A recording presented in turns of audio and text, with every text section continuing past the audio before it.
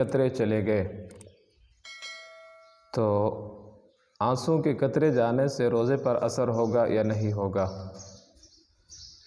تو روزہ دار کے منہ میں اگر آنسوں کے قطرے چلے جائیں یا اسی طرح جب انسان کو پسینہ آتا ہے وہ پسینے کے چند قطرے چلے جائیں تو اس سے روزے پر کچھ اثر نہیں ہوتا، روزہ نہیں ٹوٹتا۔ اور اگر بہت زیادہ جمع ہو گئے اور اس کے بعد منہ میں چلے گئے اور ان کو نگل لیا تو اس سے روزہ ٹوٹ جائے گا۔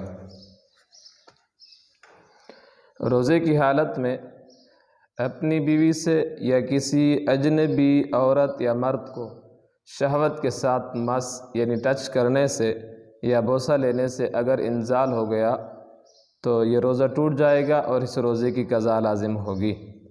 انزال نہ ہونے کی صورت میں روزہ مکروہ ضرور ہوگا۔ دوسرا مسئلہ کہ اگر اپنی بیوی یا اجنبی عورت کو انسان نے مس کیے بغیر صرف شہوت کے ساتھ دیکھا اور انزال ہو گیا تو اس سے روزہ نہیں ٹوٹتا۔ مس کرنے سے اگر انزال ہو گیا تو روزہ ٹوٹ جائے گا، اور مس کیے بغیر صرف دیکھنے سے شہوت پیدا ہوئی اور انزال ہوا تو اس سے روزہ نہیں ٹوٹے گا۔ تیسرا مسئلہ کہ روزے کی حالت میں اپنی بیوی کو شہوت سے چھونا، بوسہ لینا، چمٹنا یہ مکروہ ہے، اور اگر شہوت نہ ہو تو مکروہ نہیں۔ اگر ان چیزوں سے انزال کا اندیشہ ہو تو پھر ایسا کرنا حرام ہے۔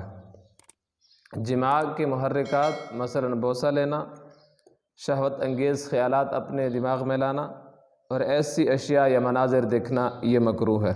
صلی اللہ علی سیدنا صلی اللہ علی سیدنا